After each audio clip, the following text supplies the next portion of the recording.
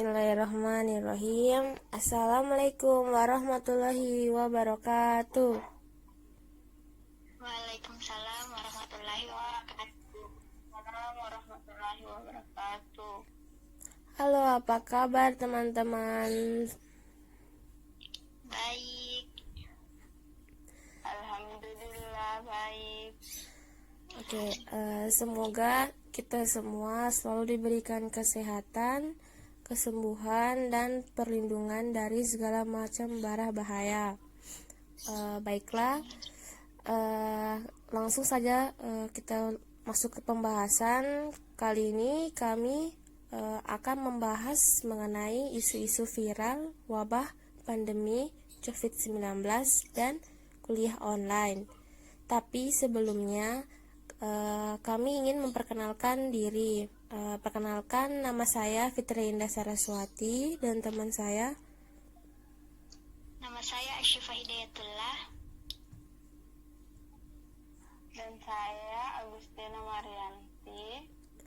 Kami dari jurusan Bimbingan dan Konseling kelas A Universitas Negeri Makassar. Ya, untuk mempersingkat waktu, mari kita langsung masuk ke topik bahasan, yaitu mungkin Saudari Syifa bisa menjelaskan apa sih yang sekarang sedang viral, virus COVID-19? Ya, baik, terima kasih. Menurut saya COVID-19 adalah virus yang menyerang pernafasan, di mana sekarang merupakan wabah pandemik hampir di seluruh dunia, dan juga sudah banyak orang yang terinfeksi, bahkan ada orang yang meninggal karena virus ini. Tapi dengan kerja keras tenaga medis sebagai garda terdepan, tidak sedikit juga orang yang sembuh dari virus ini.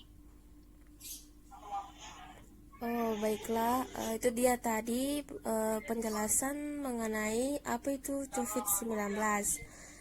Karena virus ini sudah semakin lama semakin bertambah banyak kasusnya, mungkin Saudari Anti bisa berikan kami penjelasan bagaimana sih cara mencegah, menghindari, dan menangani virus ini.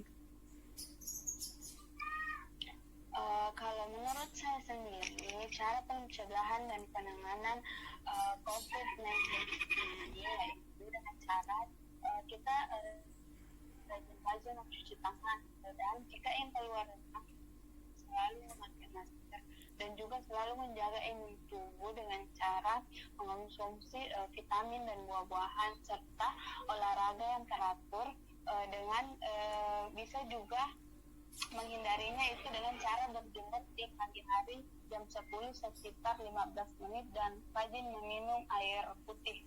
Seperti itu menurut saya. Sedikit tambahan dari saya, menurut saya yang mungkin bisa juga untuk dilakukan yaitu melakukan social distancing atau physical distancing. Kita sebisa mungkin menjaga jarak dengan orang lain, karena kita tidak pernah tahu apakah kita yang membawa virus atau orang lain membawa virus ke kita. Jadi sebisa mungkin kita menjaga jarak, baik secara sosial maupun fisik dengan orang lain. Oh, begitu ya.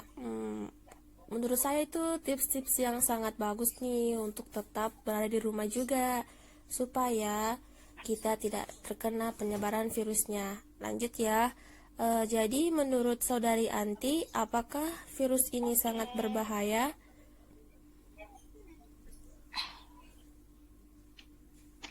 Menurut saya virus ini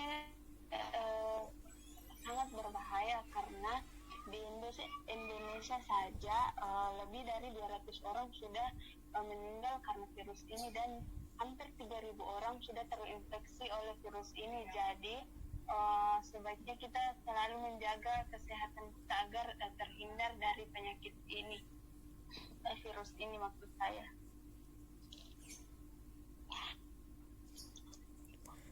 Mungkin Saudari Asyifa bisa menambahkan mengenai berbahayanya virus ini. Ya, saya setuju sama yang dikatakan Saudari Anti tadi. Sebisa mungkin karena kita tahu virus ini cukup berbahaya, jadi sebisa mungkin kita tetap di rumah saja jika bisa. Tapi untuk orang yang tidak bisa tinggal di rumah, ya sebisa mungkin tetap menjaga jarak dan menjaga kesehatannya walaupun di luar rumah. Baiklah, kan virus COVID-19 ini pasti memiliki sisi baik dan sisi buruknya. Pertama-tama mungkin Saudari Ashifa bisa menjelaskan bagaimana sih sisi-sisi positif atau baiknya dari penyebaran virus ini. Ya, kalau menurut saya sisi positif dari adanya wabah pandemik ini sekarang, ya kita bisa lebih dekat dengan keluarga. Mungkin yang tadinya kita jarang bertemu keluarga, jarang ngobrol sama keluarga, kita bisa jauh lebih dekat, lebih akrab sama keluarga kita di rumah. Jadi seperti itu teman-teman, sisi positifnya kita bisa lebih dekat dengan keluarga. Terus mungkin selain sisi positif pasti ada juga sisi buruknya. Mungkin Saudari Anti bisa memperjelas lebih dalam lagi apa-apa saja sisi buruknya wabah pandemi COVID-19. Menurut saya dampak paling negatif dari kasus ini yaitu di mana dapat membunuh seseorang, dan dampak negatif lainnya yaitu semua pekerjaan itu dialihkan di rumah dan kurang efektif menurut saya, karena sarana dan prasarana di rumah itu tidak selengkap ketika kita bekerja di tempat kita atau kuliah. Dan bagi mahasiswa itu dilakukan kuliah online, di mana kuliah online ini berbasis daring. Semua aktivitas kuliah yang biasanya dilakukan di kampus dialihkan secara online, seperti itu. Wow, jadi itulah sisi-sisi buruk dari penyebaran pandemi COVID-19 ini. Yang lebih terburuknya menurut Saudari Anti adalah kematian. Jadi disarankan untuk teman-teman selalu tetap menjaga kebersihan dan menjaga kesehatan, dan jangan lupa memakai masker setiap keluar rumah jika diperlukan. Terus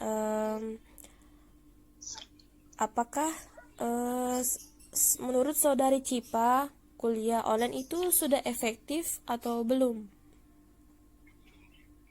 Ya, berbicara soal keefektifan kuliah online, menurut saya bila dibandingkan dengan kuliah offline, kuliah online ini kurang efektif. Karena apa?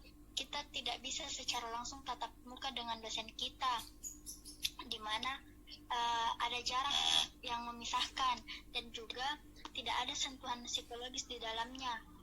Hanya semata-mata transfer of knowledge but not transfer of value. Jadi dosen hanya mentransfer pengetahuannya ke kita tanpa adanya nilai-nilai yang diberikan pada saat kuliah online. Oh, jadi menurut Saudari Ashifa ini kuliah online itu tidak efektif karena dosen dan mahasiswa hanya transfer of knowledge, yaitu transfer ilmunya saja, tapi not transfer value, yaitu tidak transfer nilai-nilainya. Jadi menurut Saudari Anti mengenai kuliah online, apa-apa saja kendala-kendala yang biasa dialami mahasiswa saat melaksanakan kuliah online?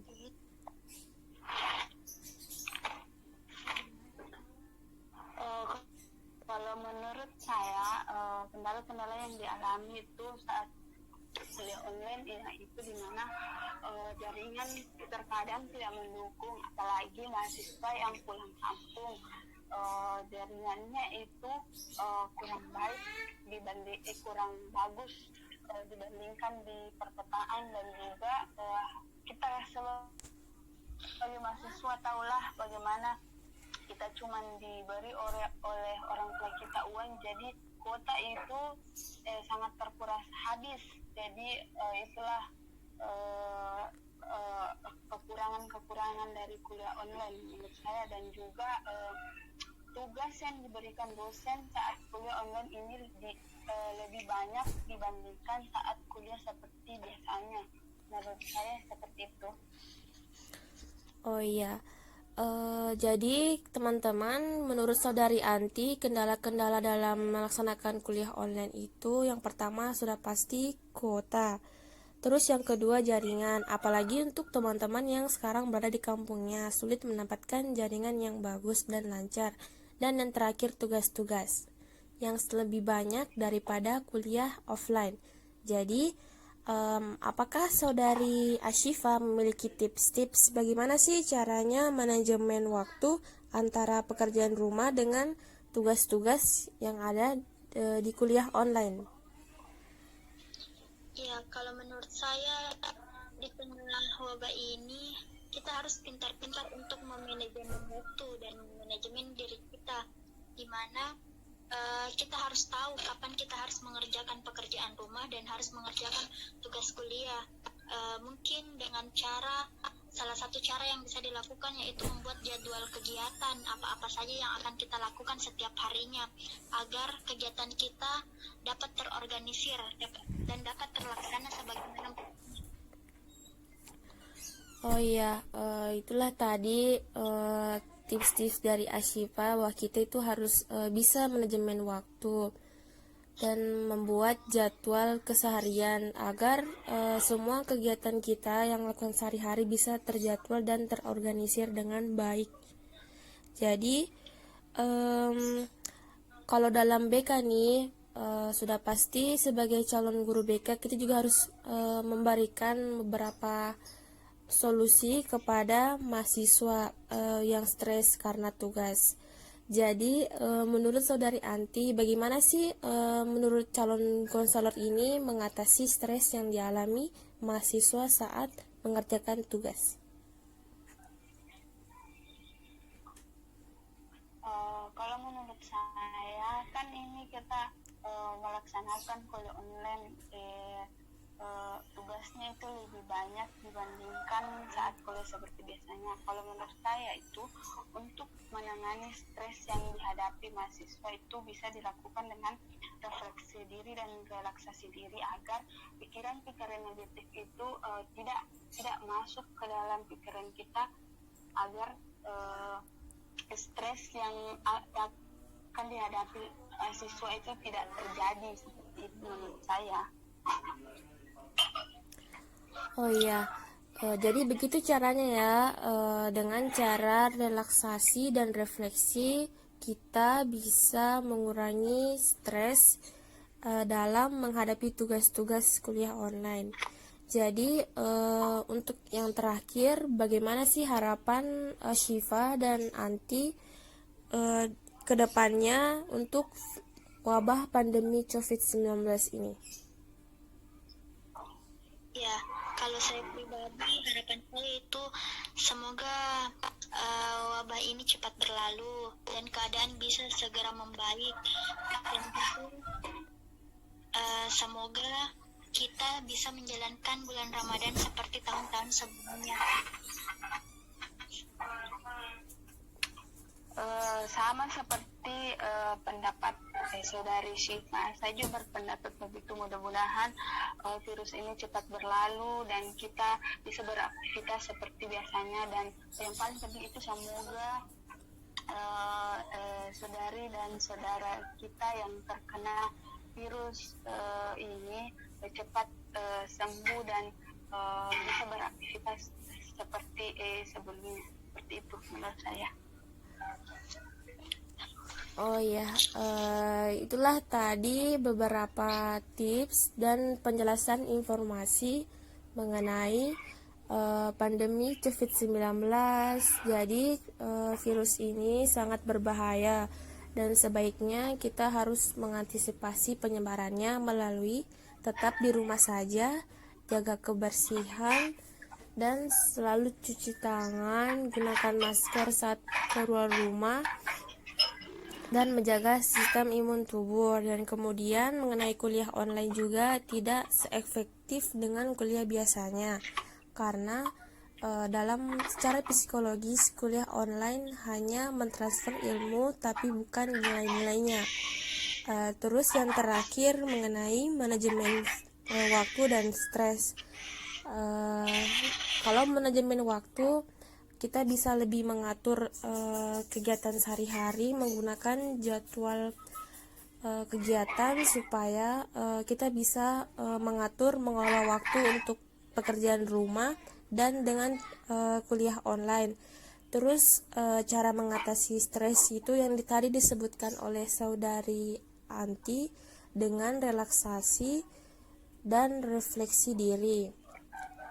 Dan yang terakhir harapannya semoga wabah pandemi virus ini bisa cepat hilang dan semoga saudara-saudara yang terkena virus ini juga bisa sembuh dan semua keadaan kembali normal seperti semula. Baiklah, sekian dari podcast kita hari ini. Semoga apapun yang informasi dan tips-tips yang kami berikan bisa bermanfaat untuk kalian semua. Wassalamualaikum warahmatullahi wabarakatuh. Waalaikumsalam.